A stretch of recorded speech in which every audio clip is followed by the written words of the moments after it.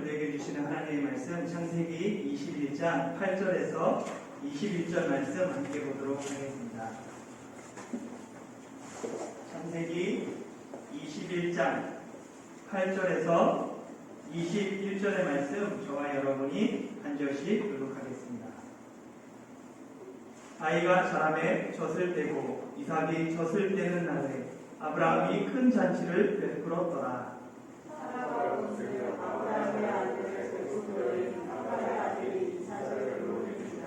그가 아브라함에게 이르되 이 여종과 그 아들을 내쫓으라.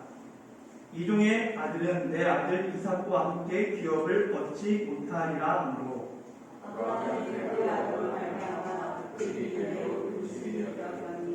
하나님이 아브라함에게 이르시되 내 아내나 내 여종으로 말미암아 근심하지 말고 사라가 내게 이른 말을 다 들으라. 이삭에게서 나는 자라야 내 씨라 부를 것임이니라.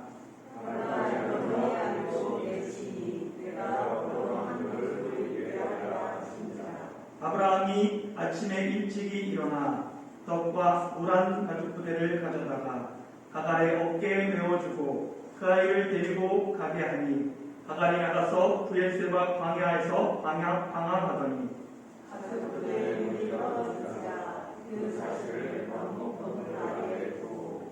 이르되 아이가 죽는 것을 참아 보지 못하겠다 하고 화살 한 바탕 거리 떨어져 마주 앉아 바라보고 소리내어 우니 하나님이 그 어린아이의 소리를 들으셨으므로 하나님의 사자가 하늘에서 떠와 아브라함을 불러 이르시되 아브라함아 무슨 일이냐 두려워하지 하나님이 저기 있는 아이의 소리를 들으셨나니 일어나 아이를 일으켜 내 손으로 붙들라. 그가 큰 민족을 이루게 하리라 하시니라.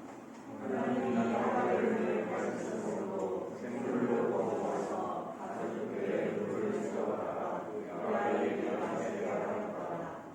하나님이 그 아이와 함께 계시매 그가 창성하여 광야에서 거주하며 활 쏘는 자가 되었더니 그가 바란 광야에 거주할 때에 그의 어머니가 그를 위하여 애굽 땅에서 아내를 얻어 주었더라. 아멘. 한국 문화 중에 돌잔치가 있습니다. 이 돌은 1년을 한 바퀴 돌았다라는 뜻이에요. 돌았다에서 돌입니다. 옛날에는 신생아 사망률이 매우 높았죠. 그래서 첫 돌을 넘기지 못하고 죽는 영아들이 많았습니다.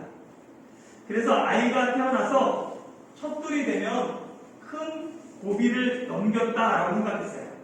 그래서 첫 돌에 맞춰 생일잔치를 크게 열었습니다. 그것이 바로 돌잔치예요. 돌잔치의 하이라이트는 돌잡이이죠. 아기 앞에 여러 물건들을 놓고 그 물건 중에 아이가 하나를 집게 합니다. 이 돌잡이에 사용되는 물건들을 보면 어른들이 아이에 대한 그 소망하는 마음이 담겨 있습니다. 보면 실타래는 무병장수를 상징하죠. 돈이나 쌀 같은 건 부를 상징합니다. 남자아이에게는 활이나 화살을 두어서 장군과 같이 튼튼하고 건강한 인물이 되기를 원하고, 여자아이에게는 그 바늘이나 볼모를 두어 솜씨 좋은 여인이 되기를 기원했습니다. 요즘은 시대가 변하면서 다양한 것들이 새롭게 올라왔어요. 마이크 같은 거에서 연예인 되기를 원하고, 법봉, 판사 같은 거 되기를 원하고, 스마트폰, 마우스, 악기 등이 놓여 있습니다. 부모가 자녀를 대하는 그 기대치, 가치관이 달라졌기 때문입니다. 그런데 이 돌잔치나 이 돌잡이는 한국에만 있는 문화가 아니에요. 중국이나 일본, 인도, 베트남, 멕시코 등에도 돌잔치가 있습니다. 그리고 오늘 본문도 돌잔치를 배경으로 일어난 사건을 기록하고 있어요. 함께 8절 무대 같이 한번 읽어볼까요? 시작. 아기가 자라매 젖을 떼고 이삭이 젖을 떼는 날에 아브라함이 큰 잔치를 베풀었더라. 사라가 먼즉 아브라함의 아들 애굽 여인 하갈의 아들이 이삭을 놀리는지라. 아멘.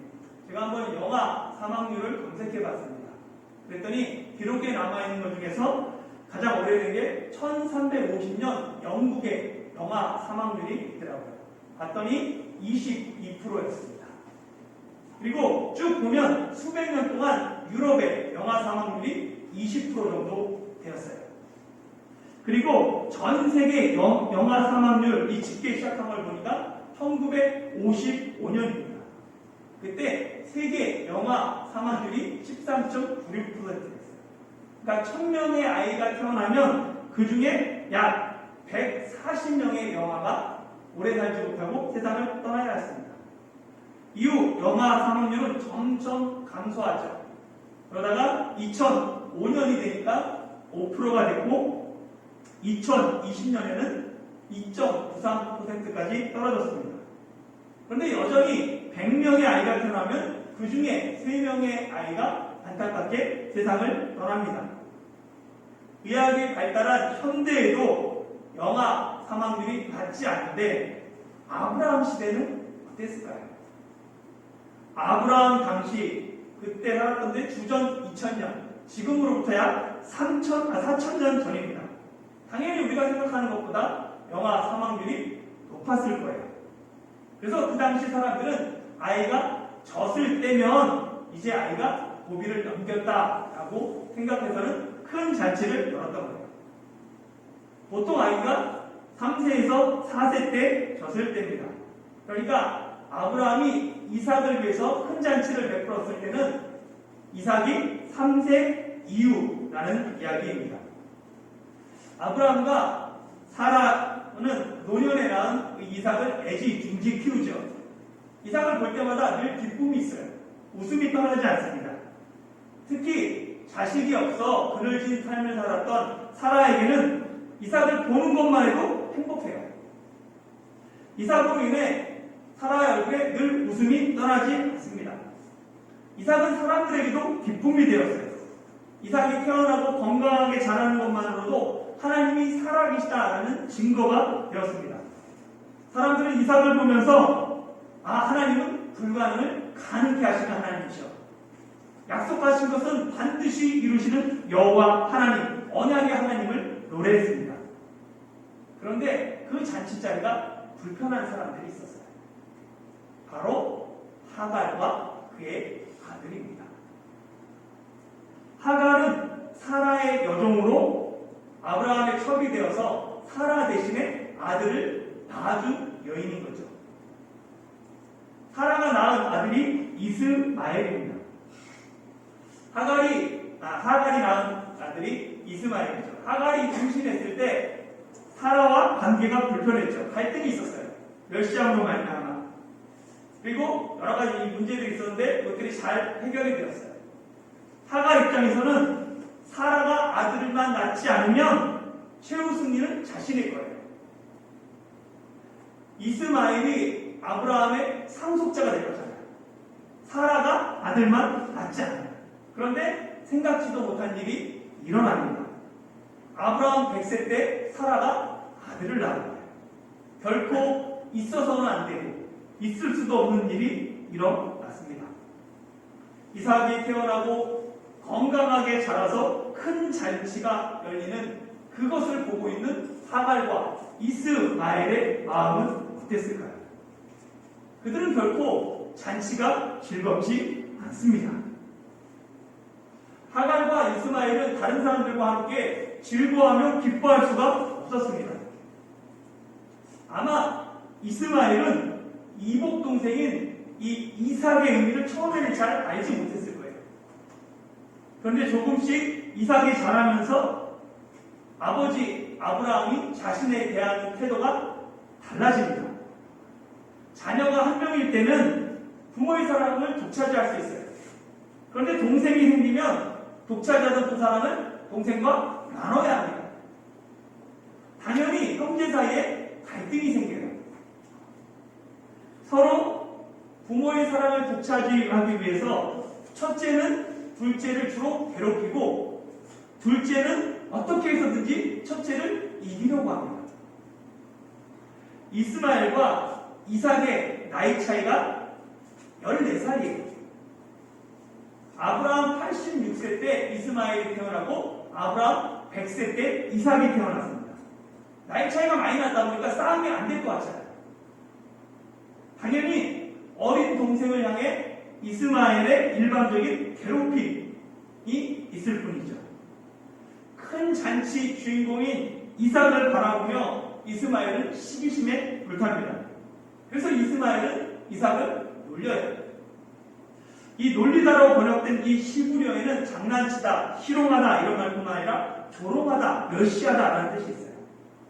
그러니까 이스마엘이 이삭을 조롱했던 거예요. 마치 예전에 임신한 하갈이 여주인 사라를 멸시했던 것처럼 이제 그 여종의 아들 이스마엘이 여주인의 아들 이삭을 희롱하며 멸시했습니다. 근데 하필 그 모습을 사라가 보았어요. 사라는 10여 년 전에 하갈에서 다뤘던 그 모욕과 멸시가 쓴뿌리가 되어서 되살아납니다. 그때 하갈을 완전히 쫓아냈어야 하는데 그렇게 하지 못한 것이 후회가 되죠. 자신이 모질지 못함으로 말미암아 자기 아들조차 조롱받는다라는 생각에 사라는 반드시 이번에는 하갈과 이스마엘을 내쫓아야 되겠다라고 결심합니다. 10절부터 13절 한번 읽어볼까요? 시작. 그가 아브라함에게 이르되 이 여종과 그 아들을 내쫓으라. 이 종의 아들을 내 아들 이삭과 함께 기업을 얻지 못하리라 하므로 아브라함이 그의 아들로 말미암아 그 일이 매우 근심이 되었더니 하나님이 아브라함에게 이르시되 내 아이나 내 여종으로 말미암아 근심하지 말고 사라가 내게 이른 말을 다 들으라. 이삭에게서 나는 자라야 내 씨라 부를 것임이니라. 그러나 여종의 아들도 내 씨니 내가 그로 한 민족을 이루게 하리라 하신지라. 아멘. 사라는 아브라함에게 하갈과 이스마엘을 내쫓으라 라고 요구합니다. 사라가 생각할 때 이스마엘이 있으면 이삭과 기업을 나눠야 해요. 그래서 도저히 이스마엘과는 함께 기업을 나누지 못하겠다라고 하면서 내쫓으라고 요구했던 것입니다. 그런데 아브라함 입장에서는 이스마엘 역시 자신의 아들이에요. 이삭과 똑같은 자기 친아들이죠. 비록 여종의 몸에서 태어났지만 이스마엘 역시 아들이기 때문에 고민하는 거예요. 예나 지금이나 자식과 아내를 저버린 행동은 지탄받아 마땅한 행동입니다. 특히 주인에게 아들을 낳아준 여종을 본처가 아들을 낳았다고 내쫓는 건 매우 부도덕한 행동이죠. 그래서 아브라함은 근심하고 있었어요. 그런데 그때 하나님이 아브라함에게 말씀하십니다. 내 아이나 내 여종으로 말미암아 근심하지 말아라. 사라가 내게 이른 말을 다 들으라 라고 합니다. 좀 하나님의 말씀이 이상하지 않아요? 하나님이 아브라함을 말리시고 사라를 꾸짖으셔야 될 것 같은데 오히려 아브라함에게 아내의 말을 다 들어라 라고 이야기합니다. 그리고 이어지는 하나님의 말씀이 이삭에게서 나는 자라야 내 씨다 라고 말씀하세요. 어떻게 보면 사라의 제안과 하나님의 말씀이 비슷한 것 같지만 차이가 있어요. 사라의 관심은 어디에 있냐면 기업에 있습니다. 이스마엘과 이삭이 기업을 나누는 것 반대합니다. 그런데 하나님의 관심은 기업이 아닌 씨에 있어요. 이삭에게서 난 씨, 그게 중요합니다. 우리의 관심은 뭐냐면 사라의 관심과 비슷해요. 기업, 축복, 성공, 부, 어떻게 하면 얻을 수 있을까? 어떻게 하면 은퇴해줄 수 있을까? 내가 가질 수 있을까? 여기에 관심이 있다면 하나님의 관심은 씨에 있습니다. 복음, 구원, 영생, 썩지 않을 그 씨에 하나님의 관심이 있죠. 씨는 구속사의 여러 주제 중에 대표적인 하나의 주제가 됩니다. 최초의 복음인 창세기 3장 15절 여자의 후손이 뱀의 머리를 상하게 할 것이다 라는 이 여자의 후손에 관한 거죠. 여기에 나오는 후손과 씨가 히브리어에는 같은 단어예요. 그러니까 여자의 후손, 여자의 씨로 말미암아 하나님이 복음을 이루신 거예요. 이 여자의 후손이 누구에게 이어집니까? 하나님의 약속이 아담에게서 셋으로 이어져요. 셋의 이름의 뜻은 뭐냐면 하나님이 내게 다른 씨를 주셨다라는 뜻입니다. 원래 아담에게서 아벨로 이어져야 되는데 가인이 아벨을 죽임으로 말미암아 하나님이 다른 씨 셋을 주셨다 하면서 셋에게로 이어졌다는 거예요. 그 씨에 대한 하나님의 그 복음의 약속이. 그리고 이 셋의 계보에서 노아가 나타나고 노아의 세 아들 중에 셈의 계보로 이어져 아브라함까지 이르는 거죠. 그리고 그 씨에 대한 후손에 대한 약속이 이제 아브라함에게서 이삭에게로 이어집니다. 하나님은 다른 씨가 아니라 이삭에게서 난 씨, 그 씨여야 된다라고 말씀하는 거예요.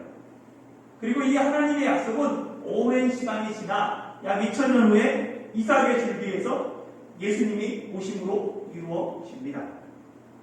창세기는 알곡과 가라지가 함께 있는 것처럼 양과 염소가 함께 있는 것처럼 두 부류가 함께 존재한다라고 이야기하는 식이에요. 아담의 후손이 가인과 셋으로 두 부류로 나뉘고 노아의 후손이 셈과 함으로 나눠집니다. 아브라함의 후손도 이스마엘과 이삭으로 나눠지죠. 그리고 앞으로 나타날 이삭의 후손도 에서와 야곱으로 나눠집니다. 같은 뿌리에서 시작되지만 언제나 육체를 따르는 자와 성령을 따르는 자로 갈라진다라는 것이 창세기인 거예요. 그래서 이스마엘이 이삭을 놀리고 그로 인해서 하갈과 이스마엘을 내쫓는 이 사건은 단순한 해프닝이 아니라 이 사건에는 복음의 중요한 핵심을 담고 있다는 거예요. 이것을 사도 바울은 갈라디아서 4장에서 해석합니다. 제가 한번 표로 한번 만들어 봤습니다. 보면 아브라함에게 두 아들이 있죠. 이스마엘이 있고 이삭이 있습니다. 이스마엘은 누구에서 태어나냐면 여종 하갈에서 태어납니다. 이삭은 자유 있는 여자 사라에게서 태어납니다. 그리고 이것은 육체를 따라하는 거죠. 이스마엘은 육체를 따라 태어났지만 이삭은 약속을 따라 하나님의 언약을 따라 태어난 자입니다.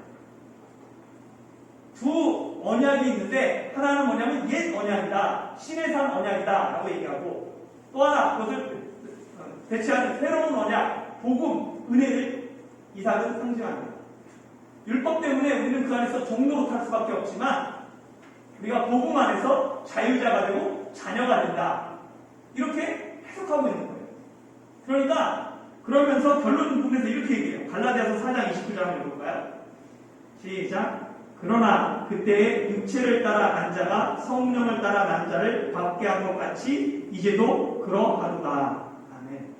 사도 바울은 이스마엘이 이삭을 놀린 사건을 육체를 따라 난 사람이 성령을 따라 난 사람을 박해한 사건이다 라고 해석합니다.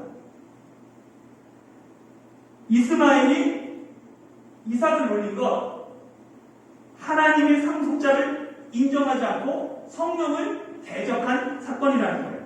그렇기 때문에 이스마엘을 쫓아내야 하는 것입니다. 왜 하나님이 하갈과 이스마엘을 쫓아내려고 하셨는지 이해가 되십니까? 이스마엘이 먼저 이삭을 대적했기 때문에 아무 이유 없이 쫓아내는 것이 아니라 하갈이 사라의 수하에 복종해야 되는데 복종하라고 하나님 말씀하셨는데 그 말씀을 거역했기 때문입니다. 하나님의 약속을 믿지 않고 그 약속에 대적한 하갈과 이스마엘을 하나님이 내쫓으라고 하시는 거예요. 만일 하갈과 이스마엘이 이삭을 언약의 상속자로 인정하고 그의 수하에 복종했다면 하나님이 하갈과 이스마엘을 내쫓으라고 하셨을까요? 오늘날 이스마엘 후손이 예수님을 그리스도로 인정하고 예수님을 믿는다면 하나님이 이스마엘의 후손이라는 이유만으로 그들을 내쫓으라고 하시는 분일까요? 그들이 비록 이스마엘의 후손일지라도 하나님은 그들을 하나님의 자녀요 상속자로 받아주십니다. 그래서 하나님의 사랑은 배타적이 아니라 포용적이에요. 누구든지 그리스도 예수 안에서 새로운 피조물이 될 수 있습니다. 하나님은 비록 하갈과 이스마엘을 내쫓으라고 하셨지만 이스마엘도 아브라함의 시익에 외면하지 않으십니다. 하나님은 이스마엘을 통해서도 큰 민족을 이루게 하실 것을 말씀하세요. 그리고 실제 하갈과 이스마엘이 아브라함에게 내쫓겨서 브엘세바 광야에서 방황할 때 하나님이 그들을 돌아보십니다. 아브라함은 하나님의 말씀에 따라 아침에 일찍 일어나 떡과 가죽 부대에 물을 담아서 하갈에게 주고는 이스마엘과 함께 떠나보내요. 하갈은 목적지가 정확하게 없기 때문에 방황하다가 브엘세바 광야에서 물까지 떨어집니다. 지치고 목말라하는 그 아들을 가시덤불 아래 누이고는 차마 아들이 죽는 것을 보지 못해 멀리 떨어져서 목 놓아 한없이 울어요. 자식이 죽어가는데 아무것도 할 수 없는 그 처연한 어미의 울음소리, 통곡소리, 그리고 그것을 듣고 있으며 죽음의 공포와 어머니의 울부짖음 들으면서 함께 울고 듣고 있는 그 이스마엘의 울음소리, 그것을 하나님이 들으십니다. 그리고는 하나님이 사자를 보내서 이스라엘이 큰 민족을 이룰 것이다 라고 다시 한번 약속하시고 하갈의 눈을 밝혀서 샘을 보게 해요. 그래서 하갈이 가죽 부대에다 물을 채워서 이스마엘에게 마시게 하고 이스마엘이 죽지 않고 살게 됩니다. 이곳이 브엘세바예요. 브엘세바는 원래 7개의 샘, 맹세의 우물이라는 뜻이 있습니다. 그러니까 브엘세바는 비록 광야지만 그곳에는 여러 샘이 있었어요. 그런데 하갈과 이스마엘은 그 샘을 보지 못했습니다. 왜냐하면 그들의 눈이 어두웠기 때문에, 그들의 눈이 닫혀 있었기 때문입니다. 하나님이 그들의 눈을 밝혀야 샘물이 보입니다.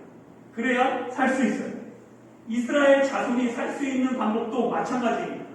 그들의 눈이 열려야 돼요. 그들의 눈이 열려서 예수가 그리스도다, 예수가 하나님의 아들이다 라는 것을 알게 됩니다. 믿게 되면 그들도 살게 됩니다. 다른 것으로 인해서 사는 것이 아니에요.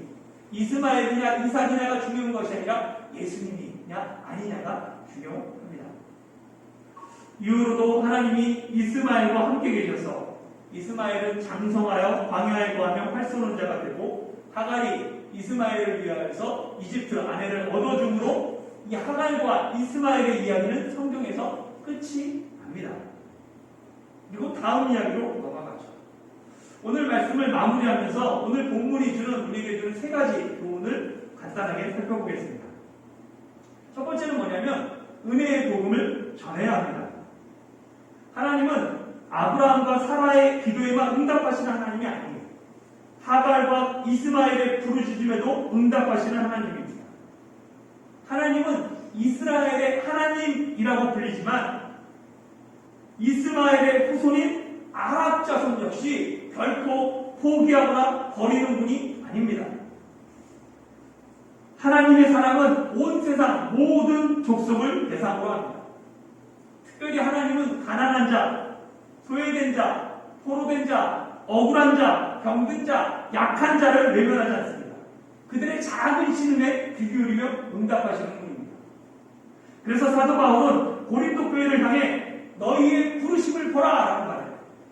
너희 중에 지혜 있는 자, 능한 자, 문벌 좋은 자가 많지 않고 오히려 미련한 자, 약한 자, 천한 자, 멸시받는 자들이 하나님이 택하셨다라고 이야기합니다. 내가 하나님의 자녀가 된 것, 그것이 바로 은혜입니다. 그것이 바로 복음입니다. 내가 무엇인가 하나님께 내보낼 것이 있어서 하나님이 우리를 구원하는 것이 아닙니다.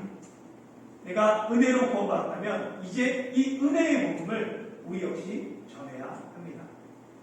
두 번째는 순종해야 합니다. 아브라함은 흠이 많은 사람이에요. 그러나 아브라함은 누구보다도 하나님의 말씀에 순종한 사람이었습니다. 아브라함은 하나님의 말씀에 아침 일찍이 일어나 하갈과 이스마엘을 내보내요. 어제까지만 해도 매우 근심했던, 어떻게 해야 되는지 몰랐던 그가 하루아침에 하나님이 내보내라고 말씀하시고 책임져 주시다라고 하니까 즉시 순종합니다. 아브라함이 아침 일찍 하나님의 명령에 순종할 수 있었던 이유가 무엇입니까? 아브라함이 하나님의 말씀을 믿었기 때문이에요. 하나님이 이스마엘을 돌보실 것 믿었기 때문에 순종할 수 있습니다. 믿음은 순종이에요. 믿으면 순종합니다. 순종하지 않는 이유는 믿음이 없기 때문이에요. 믿지 않기 때문에 순종하지 않는 것입니다. 내 근심과 문제를 하나님 앞에 가져가십시오. 그리고 하나님의 말씀에 순종하십시오. 그러면 하나님이 책임져 주십니다. 우리에게 필요한 것도 믿음과 순종입니다. 마지막 세 번째는 하나님께 영광을 돌려야 합니다. 이삭은 존재하는 것만으로도 사람들에게 웃음을 주었어요. 사람들은 이삭을 통해 불가능을 가능으로 변화시키는 하나님, 약속한 것을 반드시 지키는 신실한 여호와를 찬양했습니다. 이삭의 존재 자체가 하나님께 영광이 되었어요. 우리의 삶도 이삭과 같이 쓰임 받기를 기도해야 됩니다. 나를 통해 하나님이 드러나고 내 삶의 변화를 통해 하나님께 영광을 돌려드리는 삶이 되기를 소망해야 되죠. 웨스트민스터 신앙고백 소유리 문답 제 첫 번째 질문이 사람의 제일 되는 목적이 무엇입니까? 입니다. 사람의 제일 되는 목적은 하나님을 영화롭게 하고 영원토록 그를 즐거워하는 것입니다. 이것이 답이죠. 사랑하는 성도 여러분, 여러분은 어떤 삶을 살고 계십니까? 내 삶이 하나님께 영광을 가리는 것이 아니라 나를 통해 하나님의 영광이 온전히 드러나길 소망합니다. 하나님의 영광이 나를 통해 드러나도록 하나님의 말씀에 순종하며 은혜의 복음을 전하는 저와 여러분이 되시길 예수님의 이름으로 축원합니다.